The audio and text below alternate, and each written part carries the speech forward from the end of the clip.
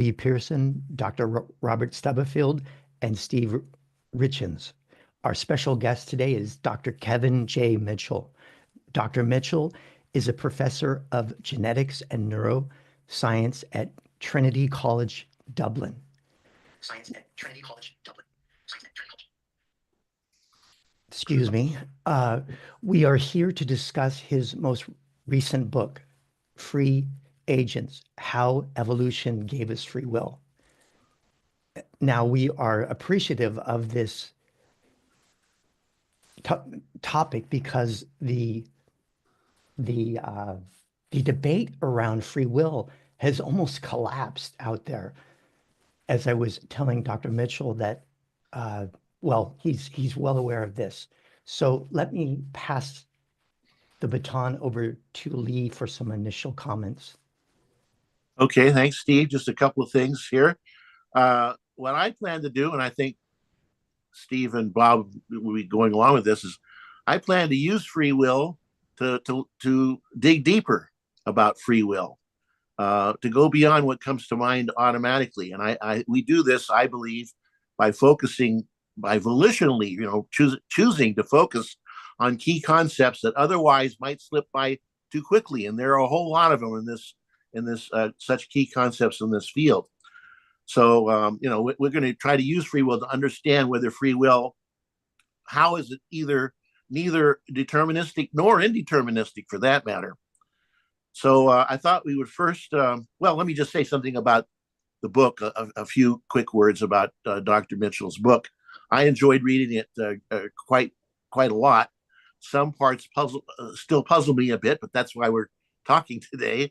But there is, among other things, there is a terrific review of basic science around the evolution of self-regulation, going from E. coli up through invertebrates, up through finally to humans, and there's a lot of very useful material that I thought I already knew, and there are some things in there that I learned. So that could be true for most readers. So I think that's one great virtue of the book.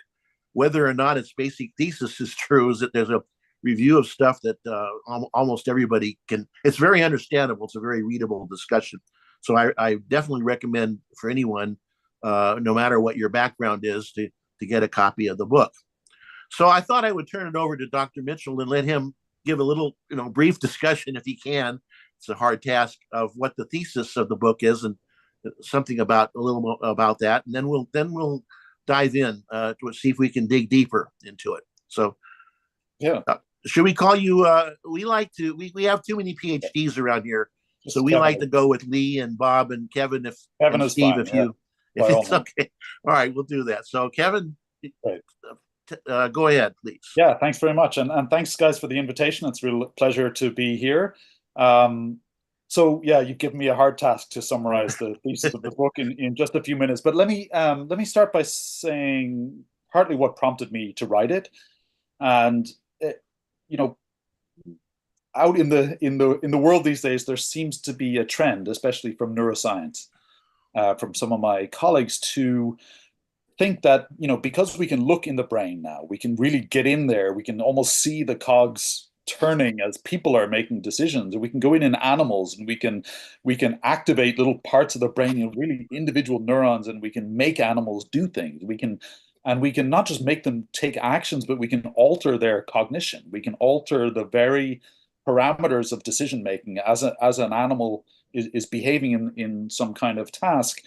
It feels like we have this level of control that it's just a machine. Right? We're revealing the mechanics, the mechanisms of how this thing works, and it just feels like that's all there is to it. Right? It's a very reductive kind of and seductive intuition, I think, that we get because of the control that we're developing by being able to manipulate this thing. It looks like, it seems like we must fully understand it.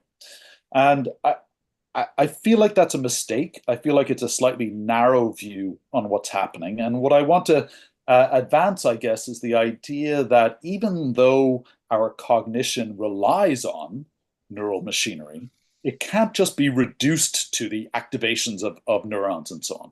Those activations mean something.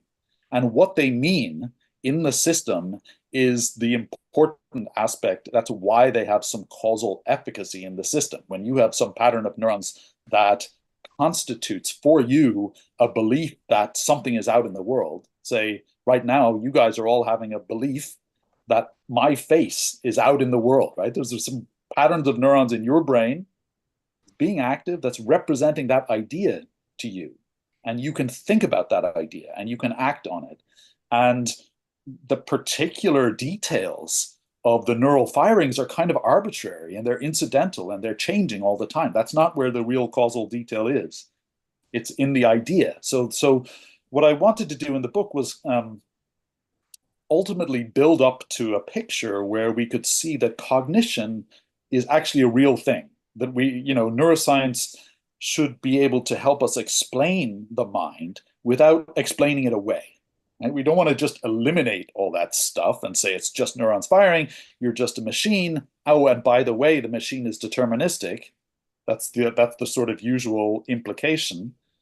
Instead, we can see that we're really doing cognition. We're thinking about things, and we're able to take in all that information and build up a picture of what's out in the world, a picture of our own internal states, of possible outcomes of actions, different actions we could take, and then think about what to do and really choose what to do. That's the sort of ultimate end point that I wanted to get to. And I would take that as at least satisfying the description of what we usually think of when we think of free will, which is just that we can make choices and do things for reasons, and that we're aware of those reasons. We can think about them and talk about them. Now, the problem with getting there is that this is obviously enormously complicated when you think about human beings. We're the most complicated instantiation of this kind of system that we know of. And the debate gets completely entangled with questions of moral responsibility. So in the philosophical domain, a lot of times free will is actually just defined as the capacity to do something for which you could have moral responsibility, right? It's just absolutely defined it's baked into the idea. And I wanted to pull them apart and just ask, well, let's leave the moral responsibility thing a bit towards the end until we figure out, do we actually have some kind of cognitive, rational control over our behavior, and how could that come into being? And that's really the thrust of the book, is to, take an evolutionary approach to that and ask, well, let's not start with the most complicated case that we know of. Let's start with a simpler case. Let's just ask, how does any organism do something? And, it's a naive, stupid sounding question, but actually it's the main difference between living things and non-living things. Non-living things don't do anything. There's no doings. There's just a bunch of happenings. And at some stage, when life evolved, we got a new kind of entity in the world that could do things, that was a cause unto itself in the world. It wasn't just being pushed around. It wasn't just part of a stream or web of other causes. It was a special kind of a thing, a living organism. And that's the tack that I take in the book, is to try and say, well, what is a living organism? What's special about it? How could it have causal power as an entity? Where could that come from? And how could it be instantiated in the organization of even a simple thing like a bacterium? And then, I wanted to try and ground some concepts that we're going to need later, concepts of purpose and meaning and value, which sound a bit nebulous, a little bit vague and woolly, but they're exactly what organisms need to get around in the world. And once we have those ideas in a simple setting where, we can really get a hold of them, then we can scaffold those concepts in the same way that evolution scaffolded them and just complexified and made organisms with decision-making systems and planning systems and so on that just became more elaborate and more sophisticated. Very good. That sounds, and most of that I would fully endorse. I do want to explore a few of the little nooks and crannies there a little bit. And I'd like to start actually with talking a little bit about what free will is. Yeah. what it consists of, because that's really important in the discussion. I think people like Sam Harris fail in that area because he just throws off things like, you don't choose the next thing that you think, your Yeah. next thought. Yeah, who says that you choose your next thought? Who said? What kind of view of free will is that? So it's good to start with what free will is. And here I'm going to go back to just briefly 100 years to William James. Of course, we also find this in other people. Ayn Rand has a similar view. Jeffrey Schwartz is a clinical psychologist that has a similar view. And there's a few others. But the view I have in mind actually goes back to William James, 1890. Principles of Psychology, the best book ever written on psychology. Anyway, in his chapter on will, he describes it as the mental effort of attention on some content that otherwise would disappear from awareness if you didn't do that. So it's mental effort, it's attention. And just to elaborate a little now, it turns out in the next cutting edge, probably in a couple of weeks, I plan to discuss the nature of volition in I think a little bit new way that I'm calling the volition as a vector. So I'm going to give away a little of that now because I think it's useful, and that is that the mental effort of attention is like the magnitude of a vector. You apply that, but a vector has two parts that are inseparable: a magnitude and a direction. It has to be, so your attention always has to be directed on something. There is no generic attention that out into outer space on nothing. And the contents that you could direct it are provided for you at any given moment by neural processes in the brain.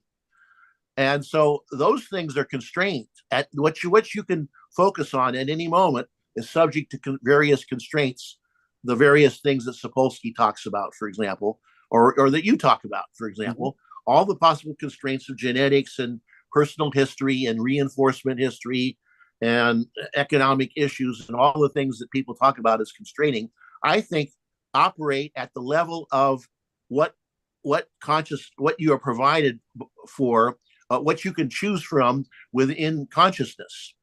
The choice, I'm going to say, is free. Once I get that stuff that's constrained, my choice, I can choose. And most particularly, the most important thing is I can choose to base my judgments on evidence rather than the feelings that are generated by all those factors. And I have that. I claim that is a free choice, not constrained by all the things, the genetics and so forth.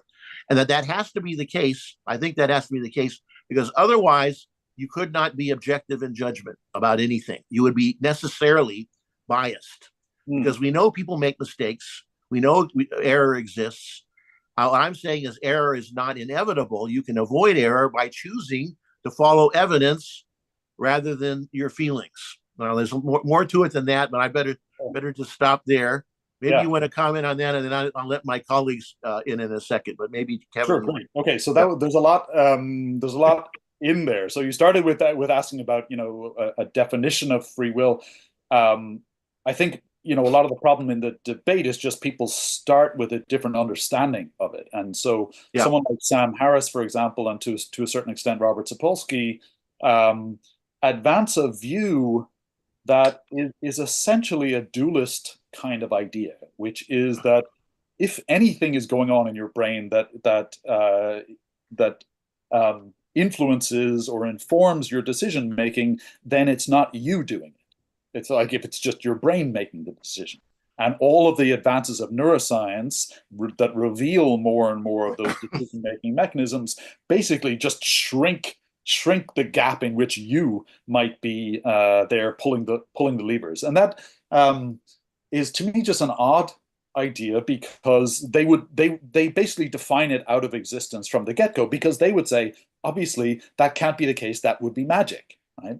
And so then it just becomes a kind of a pointless discussion if that's your understanding of it. But it does capture a kind of a common intuition, I think, which is that you are somehow this sort of immaterial thing, spirit, soul, whatever word people want to use for it, mind even, that is sort of inhabiting your body, the ghost that's haunting your machine, and that has to be in charge, otherwise it's not you. And so I think a lot of the problems around the question of do we have free will, the obvious ones hinge around what we mean by free and what we mean by will. But the tricky ones, the really important ones, hinge on what we mean by we. And that's something that I think is really hard to get at. And it leads to a lot of confusion. And I think, another part of that it's less of a dualist intuition, it's a bit more reasonable, is to identify the self with just your conscious mind. And to say, okay, if it's not my conscious mind, if I didn't make a decision consciously, then it wasn't an exercise of free will. And I think, that's a reasonable enough way to define free will if you want to. I guess what I wanted to do in the book was think about agency more generally. So you can say, okay, well, look, a lot of my behaviors are actually fairly automatic. They're habitual because I've learned from past experience what to do in various scenarios. I've just cached those control policies. Like I spent a lot of effort learning that stuff, and it's really useful. I don't need to think about it in the moment, right? So a lot of our behaviors are automatic. That doesn't mean they're not our behaviors.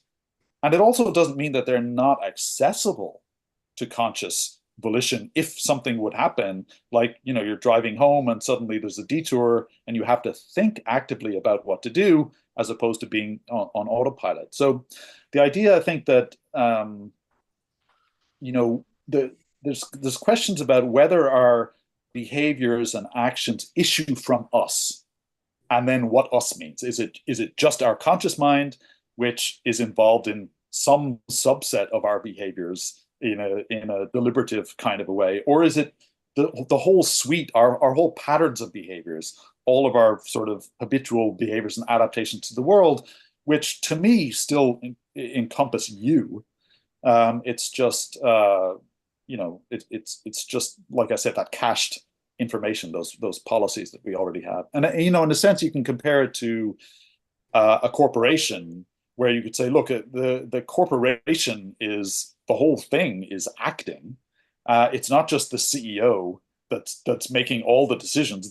There's decisions going on all the way down the chain, all the way down the hierarchy, and the CEO is actually not bothered by or interested in most of the low-level decision making that's going on. They're making high-level strategic decisions that require lots of integrated information and planning over longer timeframes. To me, that's what a lot of our conscious, deliberative decision making is like. Yeah. Now, I do have something to say about the objective judgment thing, but I'll let you other guys come in. But all right, I've got some things, but I'll let the other attack dogs. I mean, other participants. Steve and Bob jump in here, and then this is good. So there's this long range view where you take free will as to have emerged over a longer time period than perhaps we might, or Lee. I can't speak for him, but it's an evolved capability. Yes, absolutely. Yeah, it didn't just pop out of Zeus's forehead. Like, it didn't come that as way. Lee likes to say. But when and where is that's one thing. But I don't think we're going to solve that today. But what is free will is what I think is, and we don't start with the ethics of free will either. We find that a well treaded error. Yeah, and and I think on the moral side, it's not that it's not interesting and important. It's just that there's a whole other set of moral considerations and moral philosophy that comes into it, and just sort of pragmatic sociology and psychology and so on.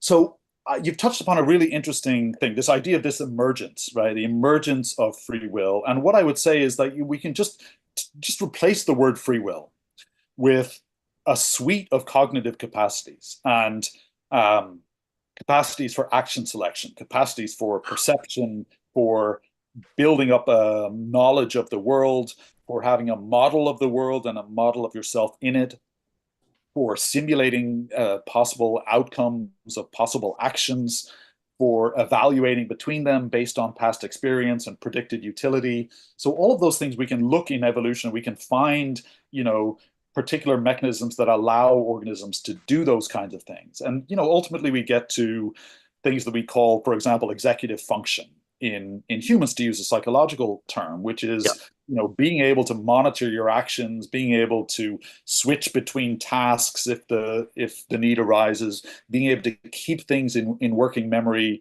so as to, manage sort of behavioral agendas through time. And what I want to say is that if you think about it in that way, then there's no sharp line.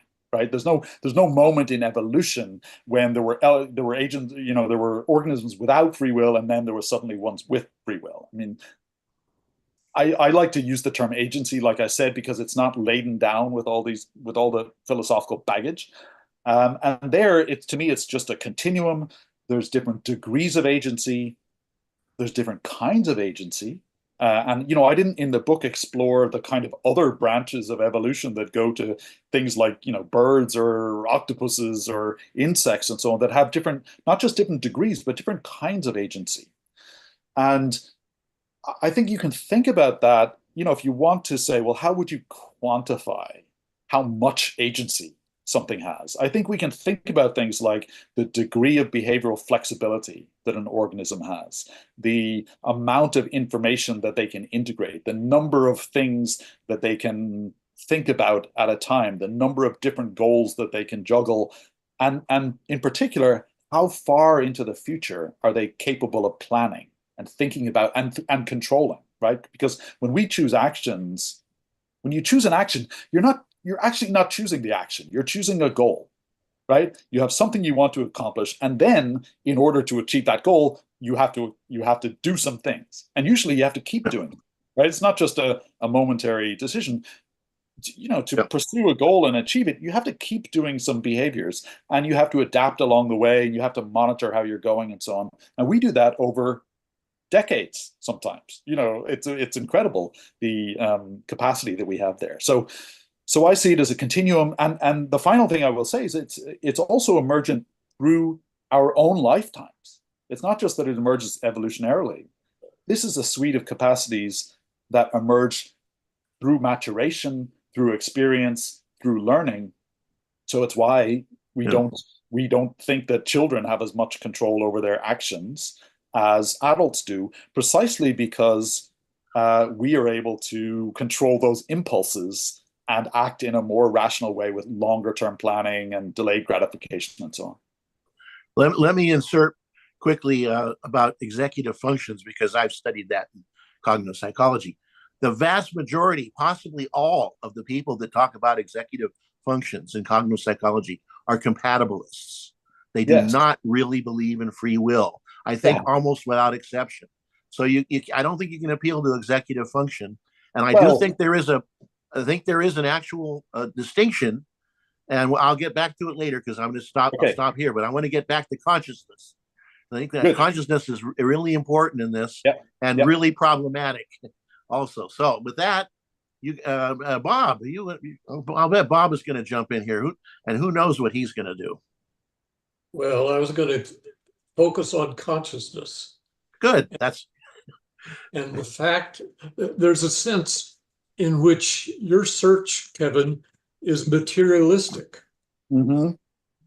That you're looking at things out in reality, and actually consciousness is something that exists, and you can point to things that make it possible, but in order to know anything, you have to start with consciousness as an axiom. If you deny consciousness as an axiom, you're going to wind up with no cognition at all. So I've got a question for you. Yeah. Are you familiar at all with Ayn Rand's Introduction to Objectivist Epistemology? I'm not. Okay, because Every time we talk to anybody other than an objectivist, I wind up recommending that they read that. Okay. And so I will do that for you. And I Okay. think it's particularly relevant. That is, you can really see, well, no, let me go back to consciousness as an axiom. And if you do not start with that, you're not going to wind up with any cognition, any knowledge at all. Can I ask, do you mean just as a scientist investigating things, or do you mean that in organisms without consciousness, they're not doing any cognition? That's not what you mean.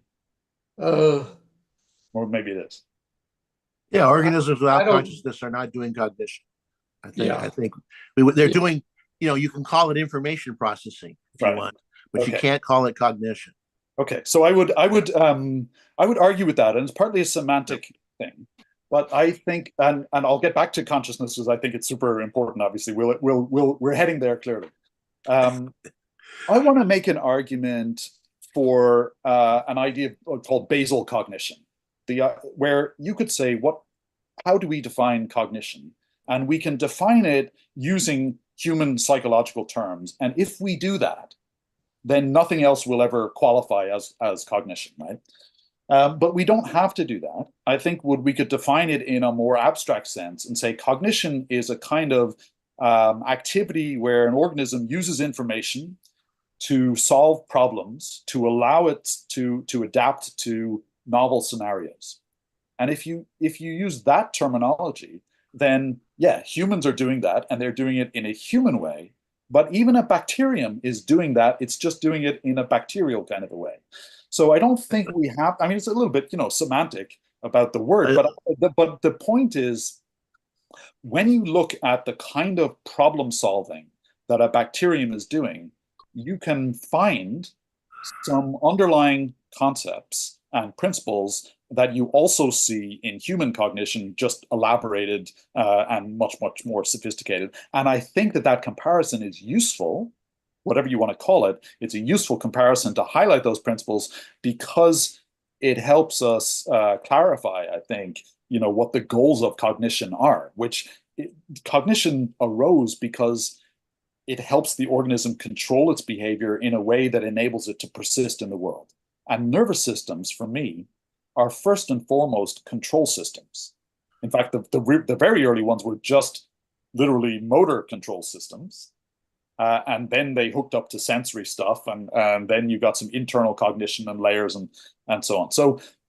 So I find the view of nervous systems as control systems really useful. I think of cognition and a sort of internal representation as advancing the capacity for control over more complicated sets of parameters and longer timeframes. And I think of consciousness as the highest level of a control system that gives you some added benefits, which I think we could discuss. Yeah, this is as you say, this is a semantic question, but those semantic questions matter. They do. And in the case of cognition, in its original sense, the original way it was defined in reference to consciousness. When the cognitive psychologists got hold of it in the 60s and later, they destroyed the concept, in my opinion, by applying cognition. This is what, like, the first issue of the journal, I don't know what was the name of that journal. Well, Cognitive Science, I think it was called. The first issue, the guy says, cognition is any kind of information processing in a human, in a computer, in a rat, or in a ball rolling down a hill. Yeah. Now, okay. once you have done that, and that's what happens when you eliminate consciousness from the defining characteristics, it starts encompassing everything, and it's a complete destruction. So now people are confused about things like, do computers think? And the answer is, oh no, of course they don't think. There's in no sense do they think. They do something they accomplish by amazing, like the chess computers, for example, accomplished by amazing non-thinking methods what we had accomplished by thinking. So it's true that I can't, in the old days, I could beat any computer in the world in chess, but that's long gone. I can't touch my cell phone now. So they're good at what they do, but what they do is not thinking, and it causes confusion when people spread the concept over all that stuff. So I would suggest we want to limit it. But I mean, like I said, the word cognition conjures up the idea that it just means thinking, and I just don't think it needs to. And in fact, I like to make a distinction between cognition and cogitation. So a lot of times when we're thinking about thinking, when we're talking about thinking, right, the activity of thinking, we're really talking about that sort of conscious deliberation in which we can trace and articulate a kind of string of almost logical operations, or at least considerations and deliberations and so on. So I like to call that cogitation, to distinguish it from cognition, which I would say a lot of our cognition is unconscious, right? Subconscious, automatic. We're thinking, we're taking in information, we're doing operations over it. We're using that to guide our behavior, and many other organisms do that as well. They just don't do the cogitation part. Well, we could look at, if you want to, we could look at this in the Kahneman's System 1 and System 2 terms, if you want. But I think that's somewhat misconceived. I don't believe in two systems. I think there's one system, and a lot of it's automatized, as you say. But the distinction is between that which is under conscious management and that which is not under conscious management. And that, the neural activity, the consciousness is the manager of the activity. Yeah. And the reason that that's important, that's crucial, is that without conscious management, you cannot validate your knowledge. You are at the mercy of, if you don't use conscious free will to choose to follow the evidence. We know that people do not automatically follow the evidence. They make mistakes. We know that. So if you don't choose to follow the evidence, you are going to be forced into, determined into error and can't get out of it. So that is a crucial distinction between conscious cognition and anything else, which I said information processing. Strictly speaking, a computer doesn't even process information, really. What it does is it moves electrons around. That's what it really does. So even that distinction. But anyway, I would save some word, and if maybe cogitation is the word, but I want to save something for the activity of acquiring actual conceptual knowledge, which I'm arguing here can only be done by a conscious volitional being, because that's the only way you can be sure that you choose to follow the evidence. Otherwise, you can be subject to your toilet training, your reinforcement history. I said some of these to you in the email. Yes, your socioeconomic class, all the forms of determinism prevent objective knowledge, make it impossible. And so that's the problem with determinism, is that if you advocate determinism, you are basically contradicting yourself, because you're saying I can have knowledge, but I can't have knowledge because I'm forced to believe what I believe. So I better stop there. And that's great. Let me. So I want to push. I want to push a little bit on this idea of objective knowledge and finding, as you said, following the evidence and preventing error. Yes. And I can imagine there are some circumstances that we could find ourselves in where there's a right answer to some quandary that we have. There's a right thing to do, and usually, when I think of free will or agency, it cashes out in behavior, right? It's like, what should we decide to do at any given moment, or over some periods of time? Yeah. And there's a concept which I guess you're sort of angling at here, that we can think about things in this purely rational way, where we're taking some kind of thing that we take to be evidence, and we're operating over that and doing some sort of logical computations over it, or deliberations over it, in a way that produces a clearly right answer. And I guess that feels to me like highly unusual scenario. There may be some situations in which there is a right answer, right? When we're doing mathematics, or we're looking for a winning chess move or something like that. I would say that most of the scenarios that we're navigating in our daily lives and throughout our lives aren't like that, that they're highly complex, there isn't one single right answer to be found.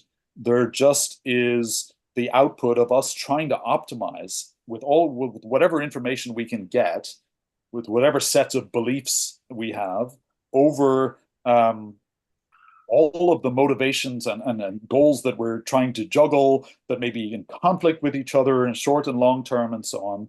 And we're just trying to satisfy, to use Herb Simon's term. Yeah, Yeah. it's sort of bounded rationality because we don't have complete information, never could. Yeah.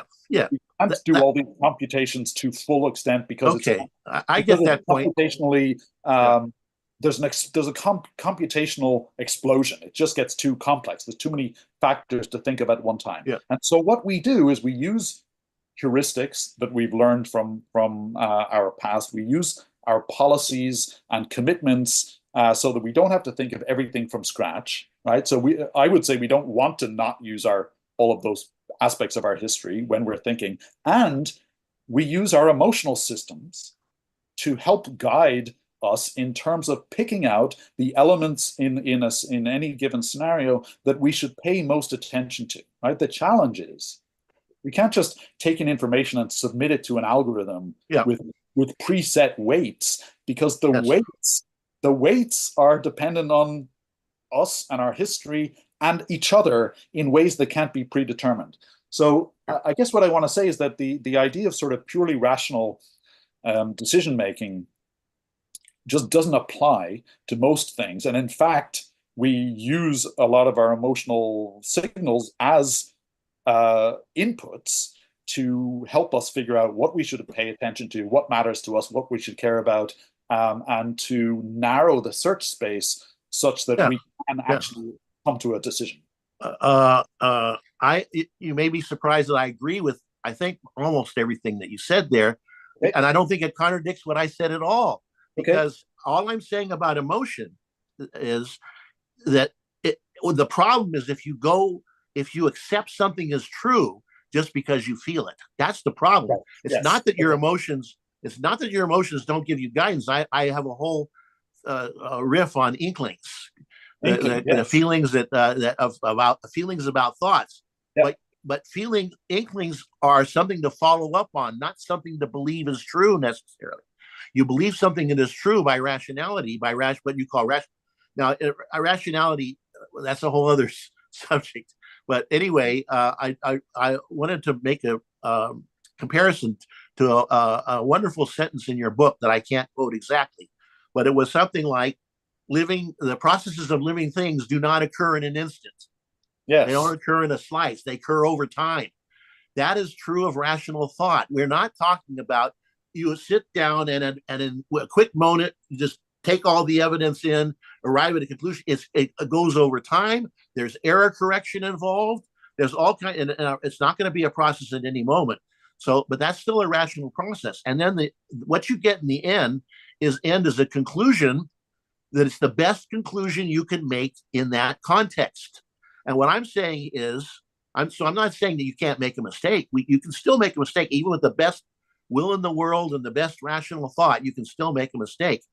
But what you want to do, and which only free will can enable you, only untrammeled free will can enable you to do, is to make the best usage of the evidence that you can get hold of. Make the best, because we know people do not do that automatically. So I don't think this view it comes into conflict with all the hurly burly of our actual everyday lives. If you don't think of it as a snapshot of a moment, think of it over time. Yeah, good. Well, I think did you write that paper on volitional attention with No, I'm still working on the paper, and in 2 weeks, the next cutting edge, I'm going to present something about this. Okay, I'm going to have something. So so I mean, I think the idea that consciousness is from a control theory point of view, the reason why I think consciousness evolved, well, several reasons. One is it gives us a sort of a metacognition level at which we can think about our own thoughts, think about the processes happening below, think about the beliefs that we have and whether we should have them, whether they're in conflict with each other, how certain we should be of them, and so on. All of that is just added control, basically. But also, I think the idea of volitional attention is absolutely key, where Yeah. we have some conscious experience that feeds in there, highly filtered, right? We don't want to be thinking about, for example, the photons hitting our retina, or the activity of our optic nerve, or even the activity of visual cortex. We want to be thinking about what objects are out in the world, right? That's what we cogitate over, is the beliefs that we have about what's out in the world, laden with a knowledge from our own history of what kinds of things those might do, what I might do with them, right? All these sort of affordances and Yeah. opportunities and threats, right? That's the scene that we need to adjudicate. Well, I'm glad you mentioned affordances. That's my mentor at Cornell, J.J. Gibson. Oh, great, yeah. That work. Well, so for me, the idea of Yeah. is this sort of ruthless egocentrism to our all of our cognition, is that it's just aimed at allowing us to figure out what to do in the most adaptive way, but also in the most efficient way. And for consciousness, the most Yeah. efficient thing is to put things, from all these different elements into a common space where they're sort of commensurate with each other. You can operate over them all at once, but keep most of the details out, unless you need it, unless you consciously decide, you know what, I'm going to pay attention to this one thing in the environment, and Yeah. how it becomes salient to me, and that then is the exercise. That's the output of consciousness, which I think is I guess what you're angling at, this idea of volitional attention as being this ability that lets us focus our rational thought on a problem and the elements of a problem, and which ones we should believe the most and which ones we should not put as much weight in, even if we might feel them very strongly, right? And that extra level of realizing that just because I feel something very strongly doesn't mean it's right is, Right. I would say, the sort of maybe the most potent level of rational control that we have. Sounds good to me. All right, good. What do you think, Bob? A few minutes ago, I wanted to go back to the consciousness Oh yeah, okay. and as awareness. Yes. And I'm curious at what level of evolutionary life do you think something becomes aware or conscious? Yeah. That's a tough one. This is so tricky, and it's funny because some people use the word consciousness. It's even worse than free will, actually, because people use it in so many different ways, right? And some people just use it as a synonym for sentience. But then sentience is not obvious what that means either. Does it just mean responsiveness to something out in the world? Because then you could, you end up with these arguments that a thermostat is sentient because it's responsive to something in the world, in the sense that not just does it detect it, but it acts on it, right? So that the payoff is there, that it cashes out in action. So if you don't, presumably you don't fall for that one because a thermostat is not alive, so we can. Well, yeah, exactly. That So for me, some kind of sentience and actually some kind of agency is probably coextensive with life right from the get-go, because any organism, most organisms at least, need to be able to sense things out in the world and act on them. Right? Even the simplest thing like a bacterium needs to be able to do that. Why? Because the world is changing. It's trying to persist.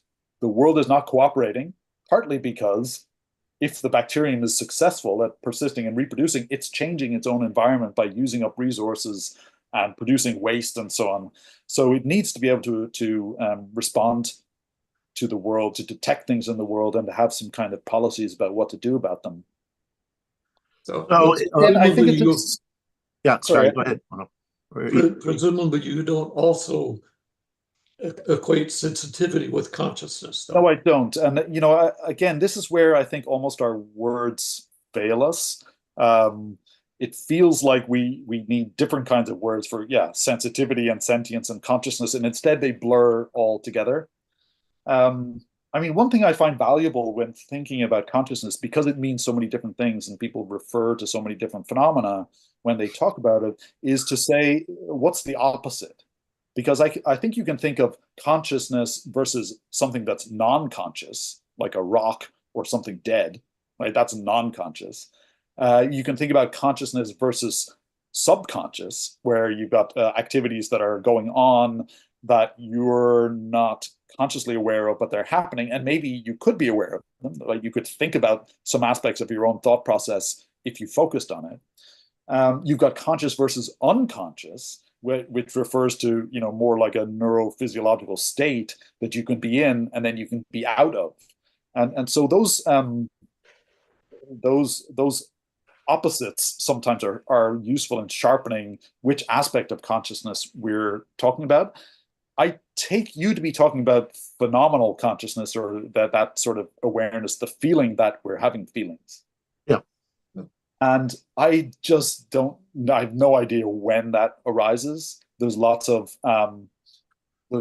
debate over it, as I'm sure you guys know. I mean, there's an interesting debate or idea proposed by people like Fred Kaiser and Peter Godfrey Smith that says that whenever you have an organism that's moving around in the world and it is also sensitive, say visually sensitive to things in the world, it needs to have an idea of itself as a subject. And the reason is it has to be able to distinguish movements in its visual field that are caused by itself, by its own movement, versus things that are not, right? And as soon as you have that system in place, you have the kind of the basis of some awareness of the self as being distinct from the world.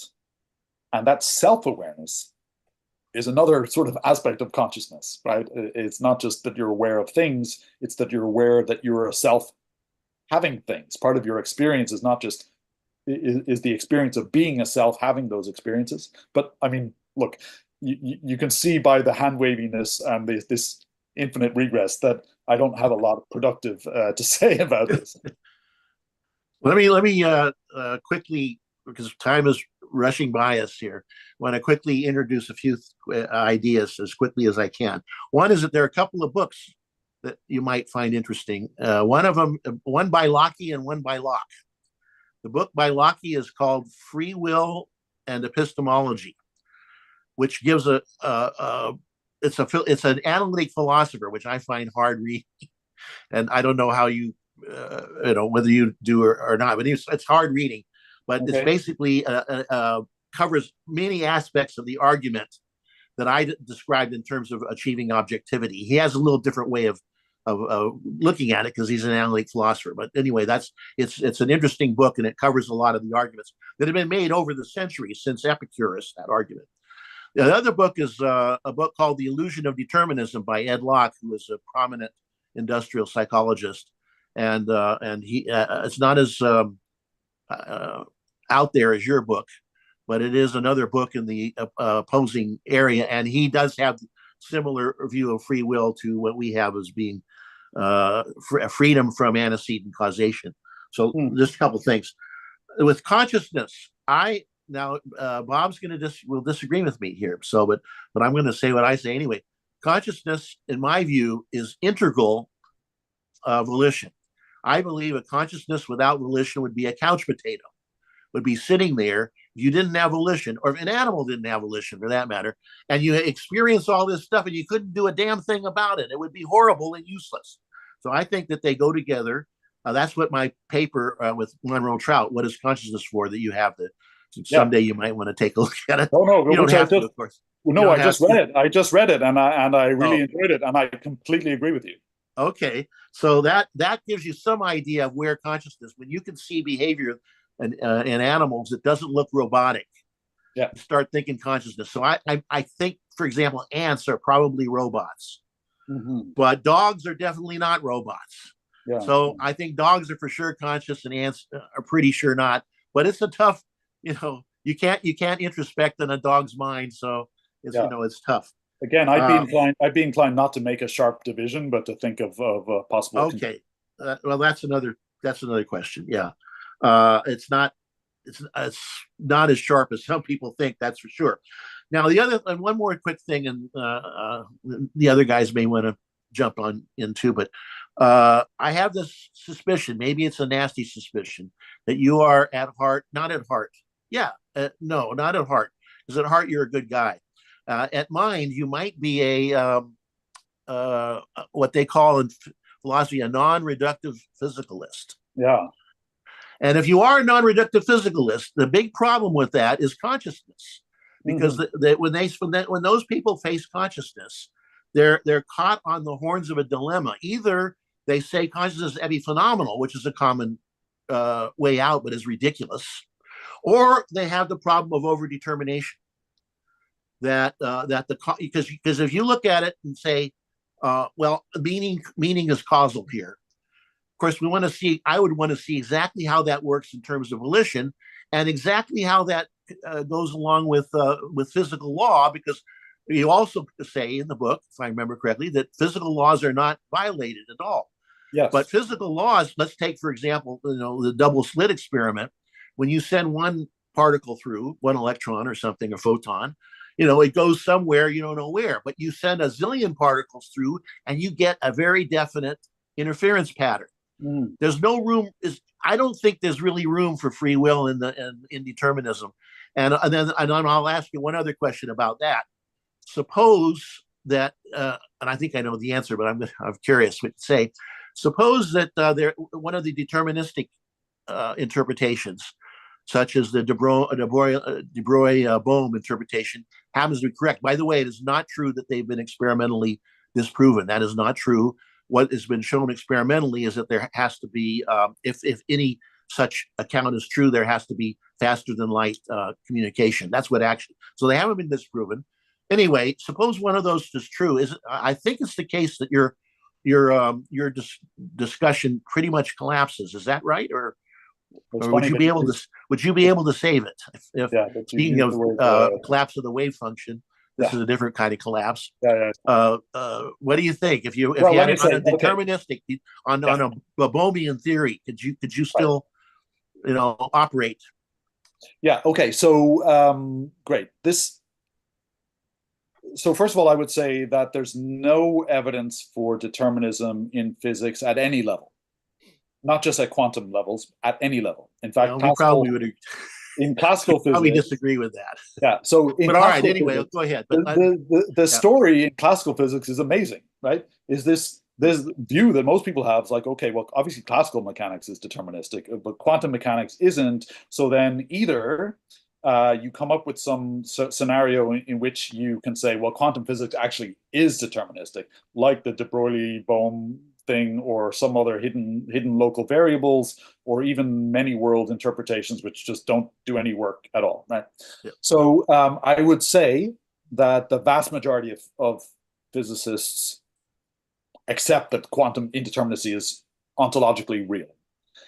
Now, what's interesting is that you can try to make some arguments for why that doesn't mean that classical systems have that indeterminacy in them, and they can rely on things like quantum decoherence, or just the assertion that we know empirically that classical systems are deterministic, because that's why we can predict, eclipses thousands of years in advance, or whatever, right? Right.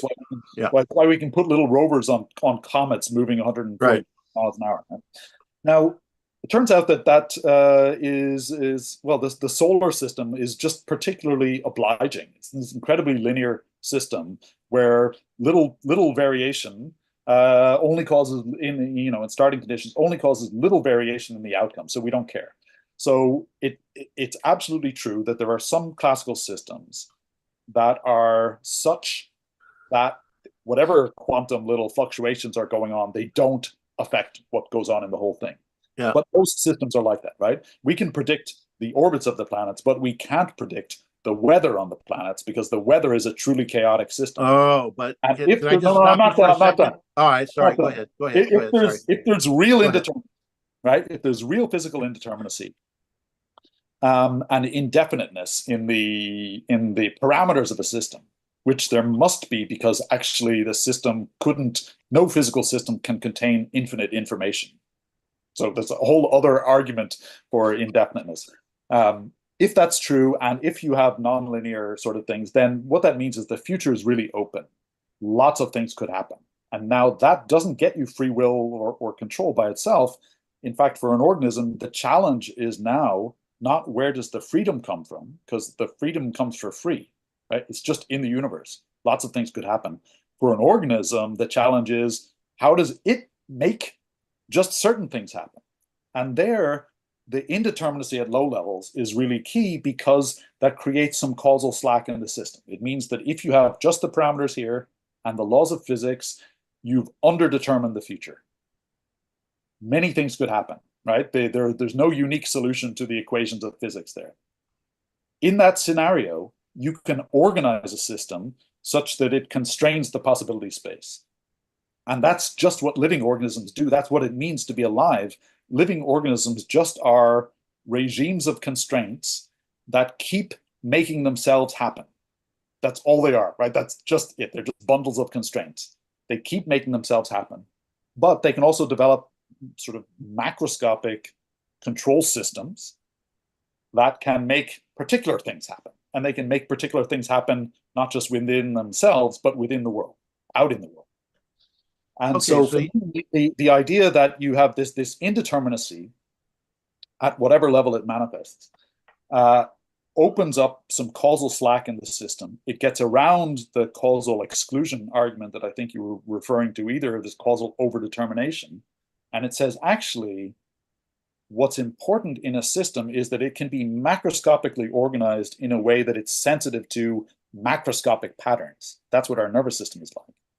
Whereas the details of all the neural firings and so on, all this noisy goings on, but the brain works to detect those and categorize them into different patterns that mean things to the organism. So that's, I think, how you can get agents that do things for their own reasons, representing those as meaningful patterns within themselves. okay, so I think that all means that you need quantum indeterminacy, because, by the way, chaos is totally deterministic, No, completely deterministic. no. It Well, that's a whole other discussion. But you can get these programs that produce chaotic motion with So you've gone one way. You've gone one way, right? You can say you have a deterministic simulation of a system that can exhibit sensitivity to initial conditions. And it's deterministic because if you don't vary the conditions, you don't vary the outcome. But there's nothing to say that if in such a system that has those kinds of nonlinear dynamics, you also have some indeterminacy from quantum physics, from whatever, right? Just from the limits of definition, just from the Heisenberg uncertainty principle. That's quantum physics. It is. I'm just trying to nail you down to the quantum onto the quantum everything cross. Everything is That's even. all. Yeah, the Heisenberg uncertainty principle actually applies to anything, not just very small things.